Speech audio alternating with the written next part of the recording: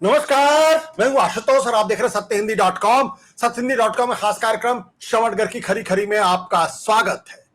आज का दिन भारत के इतिहास में लंबे समय तक याद किया जाएगा, न केवल इसलिए क्योंकि भारत के चुनावी इतिहास का यह सबसे लंबे चुनावों में से एक था, बल्कि इसके नतीजों का इंतजार भी सबसे ज्यादा था। मुझे याद नहीं पड़ता जब किसी चुनाव के नतीजों का इतना ज्यादा इंतजार किया गया, न केवल हिंदुस्तान के अंदर बल्कि हिंदुस्तान के बाहर। और उसका एकमात्र कारण थे देश के प्रधानमंत्री नरेंद्र मोदी और उनके साथी अमित शाह। इन लोगों की वजह से देश का चुनाव, देश का मिजाज, देश का समाज, देश का सब कुछ काफी हद तक बदल गया था। ऐसे में लोगों के मन में तमाम तरीके की आशंकाएं थी। आशंका इस बात को लेकर थी कि अगर भारतीय जनता पार्टी को अपने बल पर, जैसा कि एग्जिट पोल प्रेडिक्ट कर रहे थे, जैसा कि भविष्यवाणी कर रहे थे, अगर उतनी सीटें आती तो क्या भारत का संविधान बदला जाता? क्या भारत के लोकतंत्र का स्वरूप बदला जाता? इन सब का जवाब भारत की जनता और वोटर ने दे दिया है। और सबसे हैरत अंगेज बात यह कि भारतीय जनता पार्टी को इस देश की जनता ने अपने बल पर बहुमत का आंकड़ा नहीं दिया है। जब मैं आपसे बातचीत कर रहा हूं उस वक्त तक बहुमत के आंकड़े से तकरीबन 30 सीटें भारतीय जनता पार्टी पीछे है। यह बात अगर कल कोई कहता या एक दिन पहले कोई कहता तो लोग उसका मजाक उड़ाते, लेकिन सत्येंद्र लगातार इस ओर इशारा कर रहा था कि भारतीय जनता पार्टी की स्थिति ठीक नहीं है। नरेंद्र मोदी के खिलाफ एंटी इनकम्बेंसी है, लोगों के अंदर नाराजगी और गुस्सा दिखाई पड़ रहा था। लेकिन जब जब सत्य हिंदी ने इस बारे में अपनी राय को रखा तो लोगों ने नाकभौं भी सिकोड़ा, मजाक भी उड़ाया और हमको डिस्क्रेडिट करने की कोशिश भी की गई। लेकिन आज जब मैं आपसे बातचीत कर रहा हूं, जब हम श्रवण जी से बातचीत कर रहे हैं, तब ये हम कह सकते हैं कि पत्रकारिता का जो धर्म था, हमने और सत्य हिंदी ने उसको निभाने की पूरी कोशिश की, बिना इस बात को सोचे कि इसका परिणाम क्या होगा। क्योंकि हमें इस बात का यकीन था कि जो हम कह रहे हैं वो हमारी ईमानदारी थी और वो हमारी सोचे समझे आकलन का हिस्सा था। श्रवण जी, आपका बहुत बहुत स्वागत है। सबसे पहले तो मैं आपको दाद देना चाहूंगा कि लगातार जो बात आप पिछले कई महीनों से कह रहे थे, आप लगातार ये कह रहे थे कि प्रधानमंत्री मोदी जी के खिलाफ एक एंटी इनकम्बेंसी है, भाजपा के खिलाफ एक एंटी इनकम्बेंसी है, लोगों के अंदर नाराजगी है, संविधान को लेकर जिस तरीके से सवाल खड़े किए गए उससे लोगों के मन में संशय पैदा हुआ, आरक्षण को लेकर जो बात की गई उससे लोगों के मन में संशय हुआ, जो हिंदू मुसलमान के सवाल को बड़ी मजबूती के साथ रख के समाज को पोलराइज करके वोटों की खेती करने की कोशिश कर रही थी, उससे लोगों में नाराजगी, आपने ये बातें बड़ी मजबूती से कही। आज जब नतीजे आए हैं तो आप उसको किस दृष्टि से देखते हैं? देखिए, अंग्रेजी में शब्द है वाटरशेड मोमेंट, उसका हिंदी तर्जुमा है एक ऐतिहासिक क्षण देश की जिंदगी में। आपने तो नहीं देखे होंगे, मैंने देखा है 1962 के युद्ध को भी देखा है। उस समय हमारी उम्र कोई 15 साल की रही होगी, 62 में चीन के आक्रमण के समय। 65 की लड़ाई भी देखी है, 71 का भी देखा है।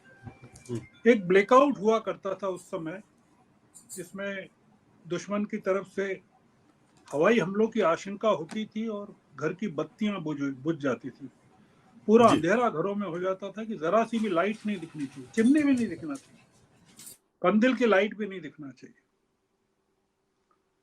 और वो जो क्षण जब सायरन बजता था और लोग लाइट जलाते थे, उसके बाद जो चेहरे पर प्रसन्नता आती थी, या कर्फ्यू के बाद जब हम लोग बच्चे थे, जब सड़कों पर निकलते थे कर्फ्यू की समाप्ति के बाद, या शहर निकलता था, उस तरह की कुछ अनुभूति है कि एक बहुत बड़ा डर इस देश की आत्मा से बाहर हो गया है।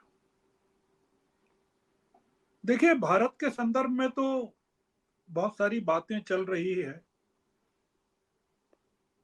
मैं इसको दुनिया के संदर्भ में बड़ी घटना मानता हूं। भारत में जो परिवर्तन हुआ उसको अगर मोदी जी को मैंडेट मिल जाता तो वो मैंडेट बीजेपी को मिला हुआ नहीं माना जाता, या एनडीए को नहीं, वो मोदी जी को मिला हुआ माना जाता। और जो दुनिया में एक पोलराइजेशन हो रहा है इस तरह की ताकतों का, जिसमें भारत भी है, रूस भी है, चीन भी है, और अमेरिका में ट्रंप जैसे लोग हैं, जी ये दुनिया के लिए बहुत बड़ी एक चुनौती बनने वाला था। तो मैं इसको एक ऐसा क्षण मानता हूं कि ये इसने पूरे भारत में तो कई चीजें बदल दी है, देखिए आशुतोष जी, और उस पर लगातार चर्चाएं भी होंगी। उसकी सबसे बड़ी चर्चा ये है कि राहुल गांधी ने जो अभी प्रेस कॉन्फ्रेंस की, उसमें जो उन्होंने कहा एक वाक्य, मुझे पता नहीं आपने देखा कि नहीं, आपने पकड़ा कि नहीं। राहुल गांधी ने कहा, this country doesn't want mister Modi, this country doesn't want mister Amit Shah. Rahul Gandhi ने कहा कि देश को मोदी की और अमित शाह की जरूरत नहीं है। इन दोनों ने पूरे के पूरे जिस तरह से इस देश को चलाया, संवैधानिक संस्थाओं को, इंस्टीट्यूशंस को खत्म करने की कोशिश की, तो इस देश को उनकी जरूरत नहीं है। इस देश को बचाने का काम हिंदुस्तान के सबसे गरीब लोगों ने किया है। ये एक बड़ा पॉइंट है ये राहुल की बात से। और खड़गे जी ने ये कहा है प्रेस कॉन्फ्रेंस में कि लड़ाई अभी खत्म नहीं हुई है, लड़ाई अभी चल रही है और लड़ाई चलेगी। मतलब खड़गे जी ने जो कहा है वो इम्पोर्टेंट है कि कॉन्स्टिट्यूशन को बचाने की जो लड़ाई थी वो अभी जारी रहेगी। इसका मुद्दा ये, इसका मतलब ये कि भारतीय जनता पार्टी की जो नई हुकूमत सत्ता में आ सकती है, इंडिया गठबंधन की, इंडिया के पार्टनर्स की कल बैठक है, उसमें कई फैसले होने हैं। उसमें यह भी फैसला होना है कि जो नए लोग, नए पार्टनर्स अगर ज्वाइन करना चाहते हैं, बहुत सारे हैं, कई पार्टनर्स हैं, टीडीपी भी हो सकता है, बीजेडी भी हो सकता है, जेडीयू भी लौट के आना चाहता है, बीएसपी भी हो सकती है, कई लोग हो सकते हैं, वो कल तय करेंगे। मुद्दा यह है कि जो राहुल अब जिस लड़ाई को लड़ना चाहते हैं, वो लड़ाई यह है कि बीजेपी को भी आजाद करना चाहते हैं। और बीजेपी को आजाद करने का मतलब है कि इस जो मोदी और शाह की जोड़ी को राजनीति से अलग करने का, हटाने का जो काम है, जो राहुल अब करना चाहते हैं, मुझे जो लग रहा है आज उनकी बातों से लगा, उसमें हो सकता है कि बीजेपी उनकी मदद करे, हो सकता है संघ उनकी मदद करे।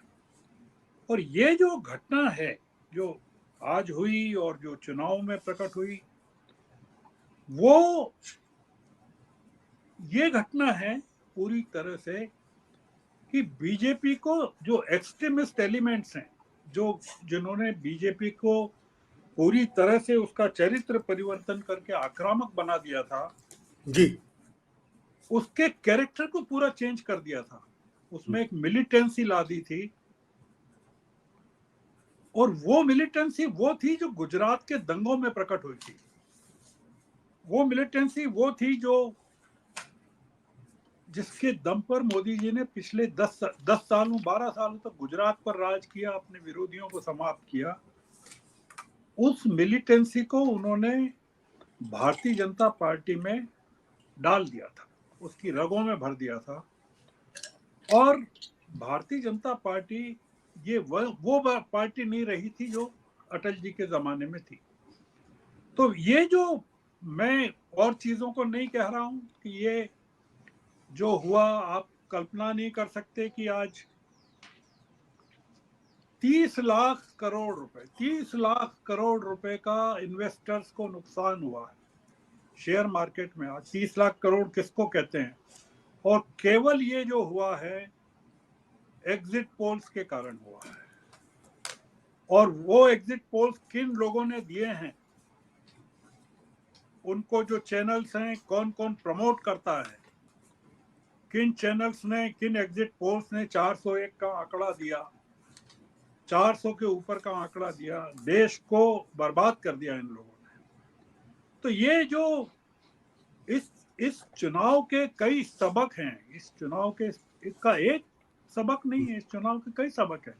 जी, जैसा कि उन्होंने, राहुल ने भी कहा और जैसा खड़गे जी ने भी कहा, ये जो चुनाव, जैसा खड़गे जी ने कहा कि ये चुनाव तो जनता ने लड़ा है, जो सही है।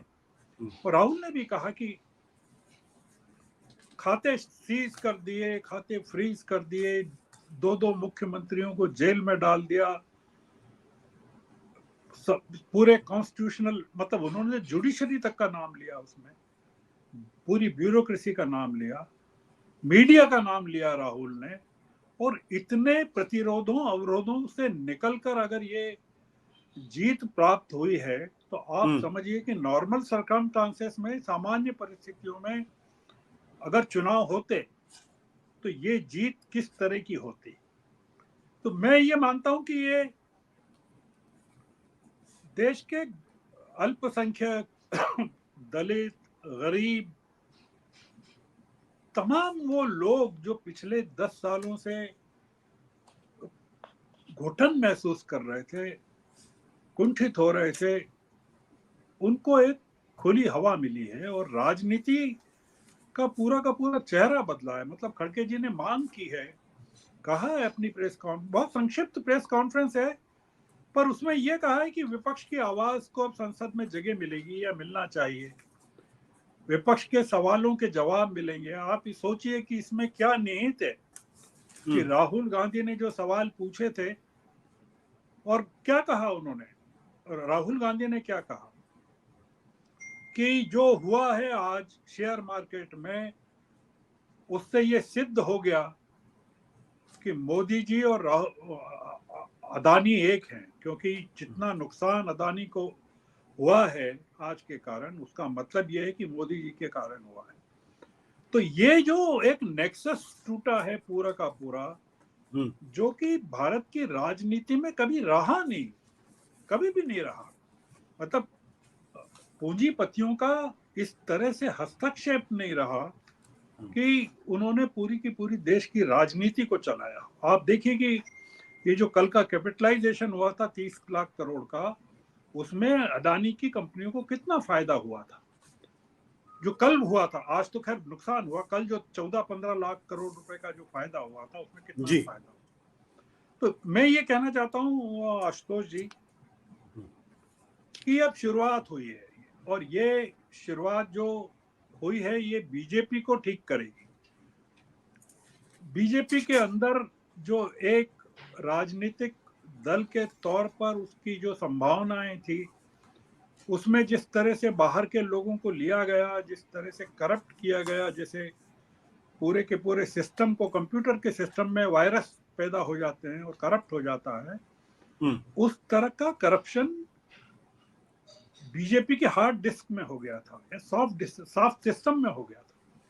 तो ये जो पूरा का पूरा जो, और आप देखिए कि ये एक जो बड़ी खबर है वो ये है कि जिसकी तरफ हम ध्यान नहीं दे रहे हैं, कि गुजरात में जो चेंज हुए हैं, मैं अगर गलत नहीं हूं तो गुजरात में शायद 2 सीटें बीजेपी को नुकसान हुआ है लोकसभा की सीटों में।